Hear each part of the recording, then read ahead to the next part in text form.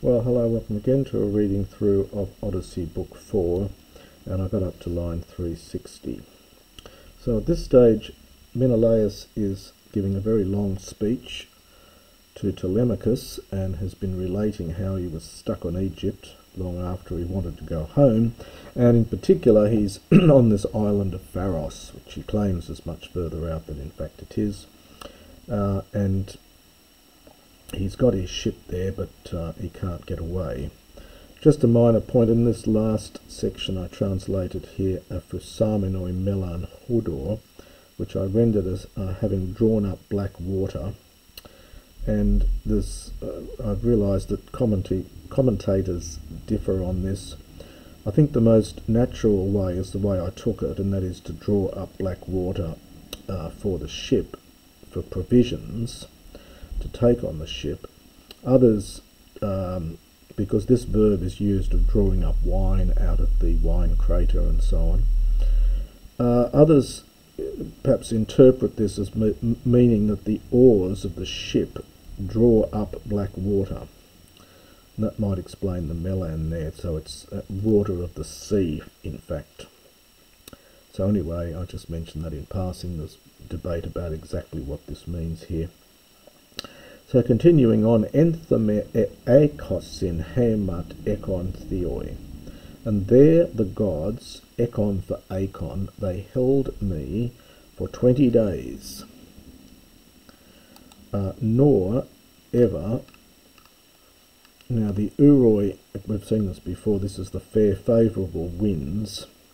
So nor ever did favourable winds appear, blowing, favourable winds that are hali-a-es. This is a funny word. Apparently it means land breezes blowing over the sea. So you could translate it as blowing seaward. So nor ever did favourable winds blowing seaward appear. Hoi, which become, or which are, it's just the gignomai, so which are the Pompeius escorts of ships upon the broad backs of the sea. Pompeius is connected with pempo, to send, so it means escort. So here the winds are personified as being escorts over the broad backs of the sea. The broad backs, I think, refer to the huge waves that you get on the sea. Kai nu ken eia panta katefito kai menia undrawn. And now we get this nu and ken, so it's not really now, it's a weakened form of noon. So it's sort of like then, and we've got a ken with the verb. So the eia are the provisions. So all the provisions then would have perished from kataphtheno. This is what's called an apocopated aorist, apparently. It's just kataphtheno is the verb, so they would have perished. And also the menia, there's an alpha elided here, the strength of men. Menia neuter plural, it's literally the strengths of men, but we just say the strength of men. Understand also it would have perished. So at that point then all of the provisions and the strength of men would have perished.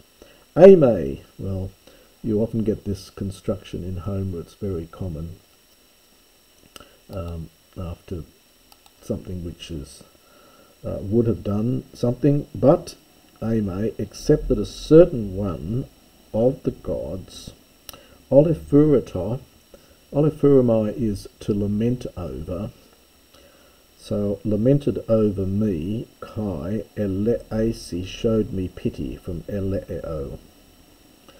So all this would have happened except that one of the gods lamented over me and showed me pity.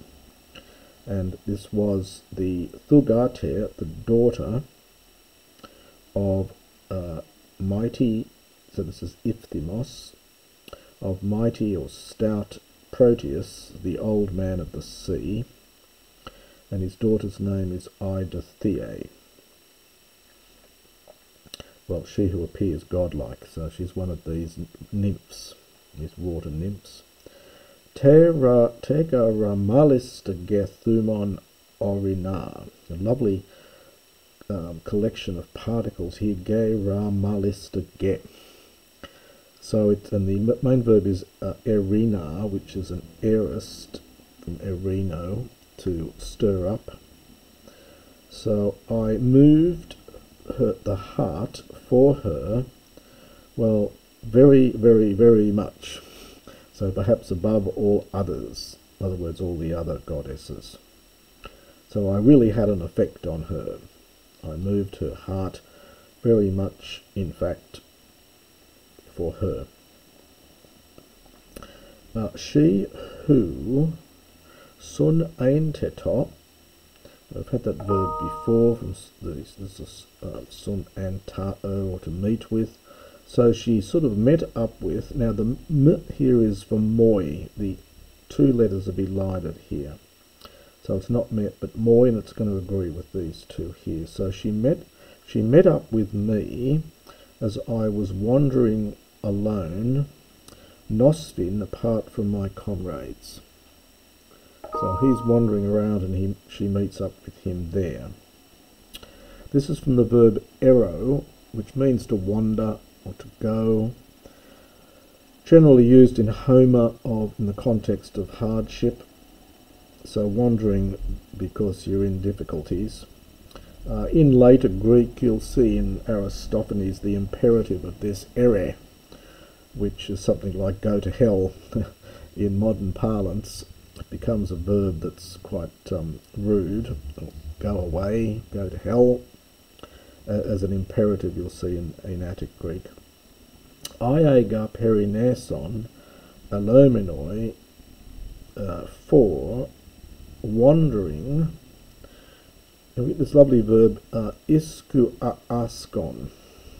You can see the ichthu askon. You can see the ichthus, the fish.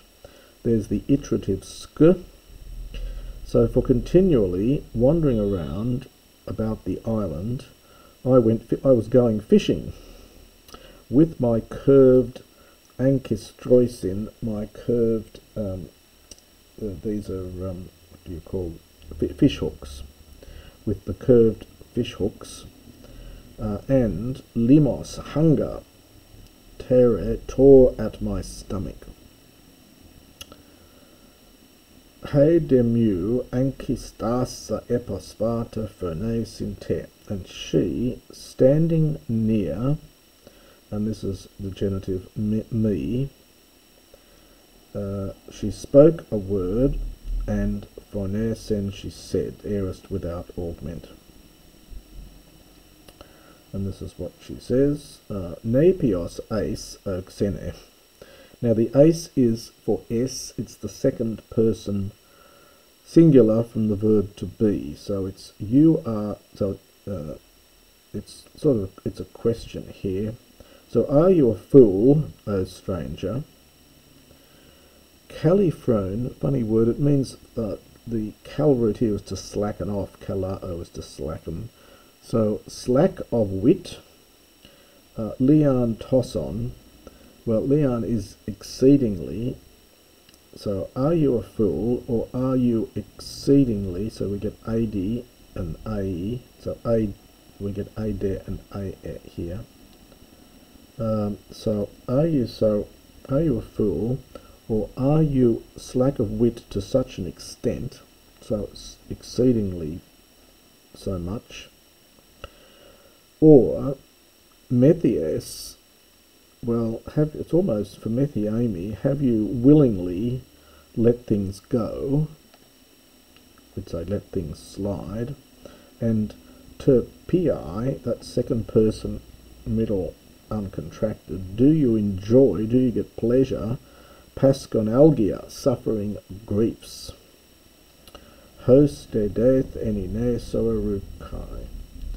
For thus indeed, Datha is meaning for a long time, this is passive from eruko, you, and second person, you are being detained, any naso in the island, nor dunasai, are you able, heuremini is an infinitive from heurisco, to discover. See, one of the meanings, heurisco is to find, but often in the sense of discover, nor are you able to find or discover titekmor, some goal, some end. We might translate this as some way out. A tekmor is that which fulfillment. Min thue de toi eto hetairon.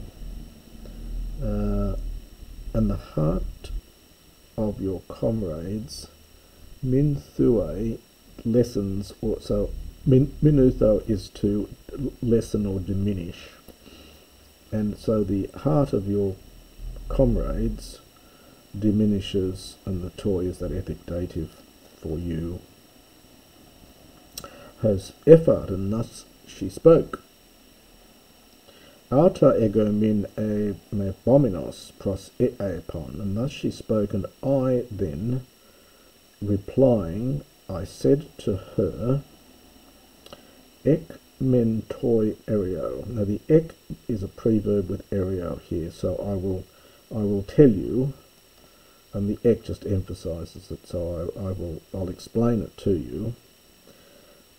You who are very much, or the pair's awkward here, I don't know quite what to do with it. So you who are almost certainly perhaps one of the goddesses, uncontracted genitive here, hos ego uti hekon, how I, against my will,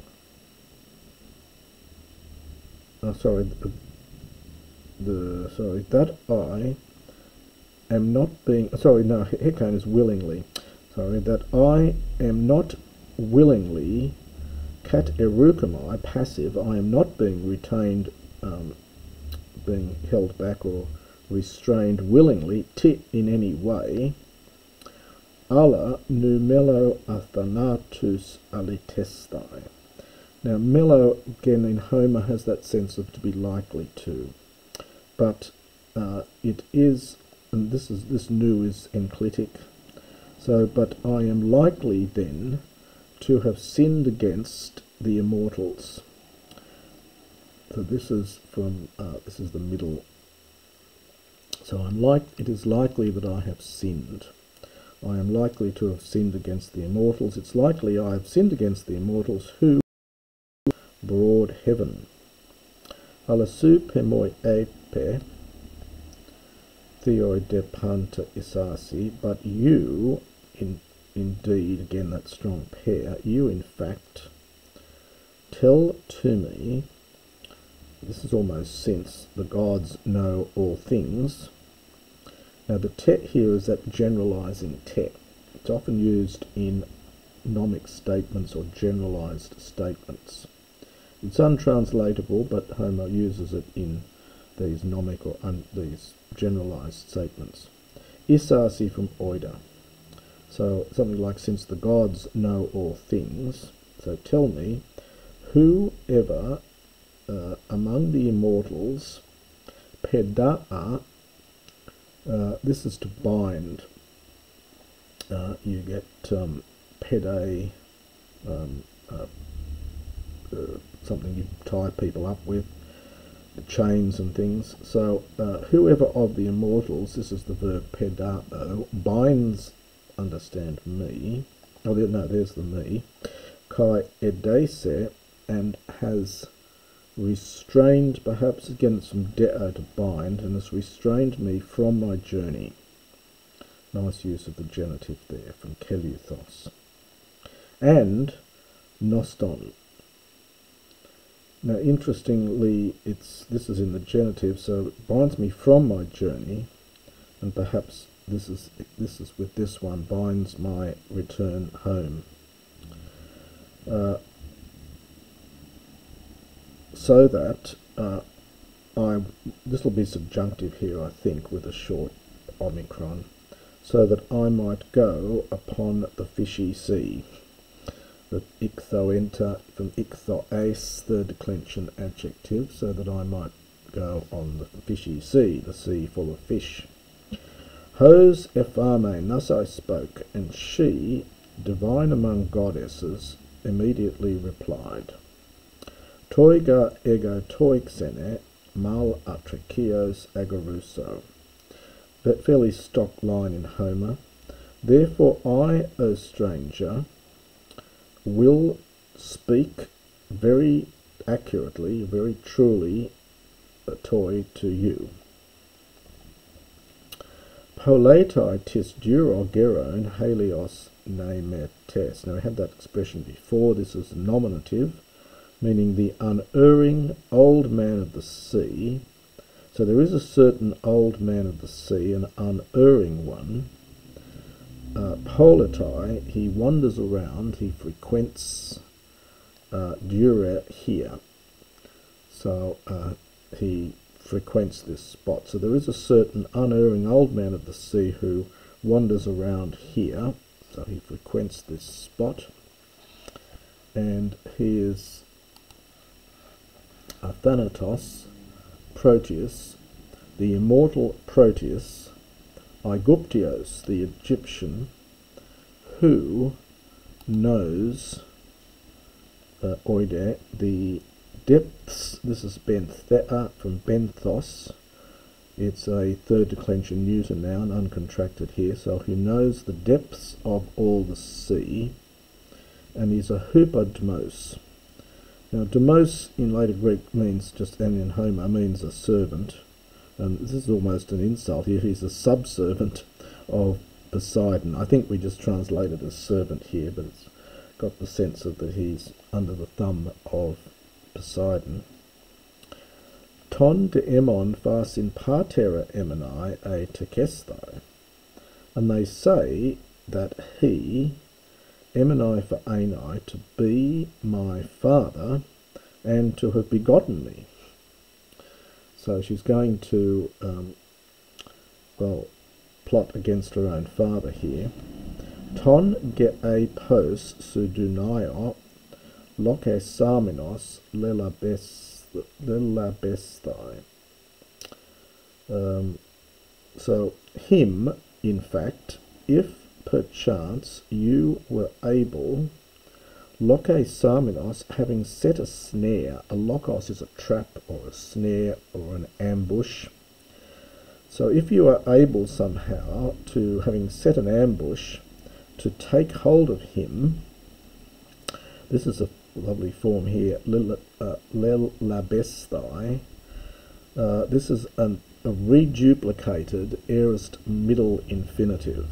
So you see reduplicated aorists, don't see that many reduplicated aorist infinitives, I think, in Homer, but here's one here. Some lovely forms here from Lambano.